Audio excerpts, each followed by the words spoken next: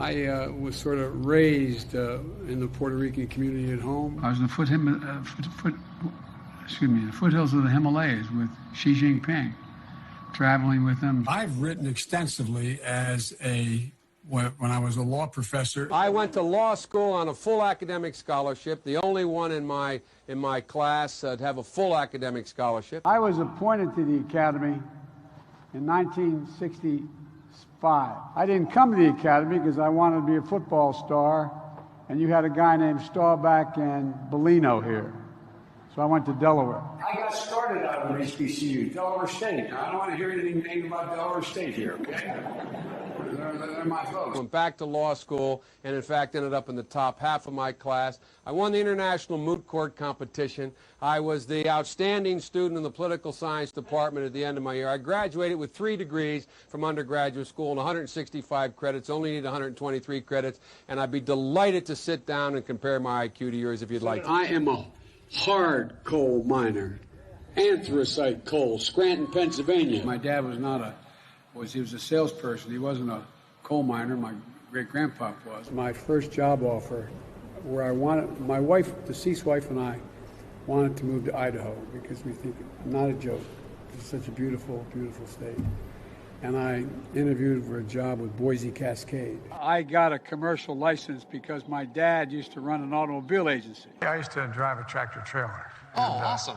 And so I know a little bit about driving big trucks. It means that I've worked in the East Side. I deliberately went and worked for 3 years to make sure I was the only white guy that worked in the East Side because, I wanted to understand. I was involved in the civil rights movement, but what did you want to understand? What I want to understand, I didn't realize, for example, I was the only lifeguard in the project. Corn Pop was a bad dude, and he ran a bunch of bad boys. And so he was up on the board, wouldn't listen to me. I said, "Hey, Esther, you, off the board, or I'll come up and drag you off." He said, "I'll be waiting for you." He was waiting for 3 guys in straight razors. Not a joke. I used to be a lifeguard for years. And when I ran for the United States Senate, they said, "Well, why do you want a 29-year-old guy who's only been a lifeguard?" Well, the truth was I was a practicing lawyer. I've been a public defender, and I had my own small law firm. The first frost, you know what was happening. You had to put on their windshield wipers to get literally the oil slick off the window. That's why I and so damn many other people I grew up have cancer. You know how much it costs to make that insulin drug for diabetes? Cost. It was invented by a man who did not patent it because he wanted it available for everyone. I spoke to him, okay? You better have helicopters ready to take those 3,000 civilians inside the green zone where I've been 7 times and shot at. Think of Iraq because that's where my son died.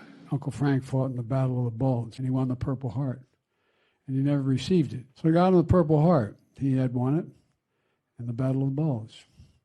And I remember he came over to the house, and I came out, and he said, present it to him, okay, with the family there. I watched what happened when the kids from Parkland marched up to, and I met with them, and then they went off to up on the Hill when I was vice president. They went off the Hill to go into those neighborhoods. All those congressmen were like, "No, I'm not here. I'm not here. Don't tell them I'm around." God's truth, I've traveled over 1,250,000 miles on Amtrak. And one of the conductors I know for years walked up and said, "Joey, baby," grabbed my cheek. And not a joke.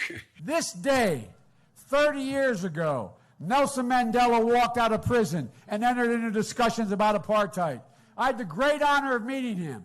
I had the great honor of being arrested with our UN ambassador on the streets of Soweto trying to get to see him on Robbins Island. I swear to God, true story. Swear to God, true story. True story. They think I'm kidding.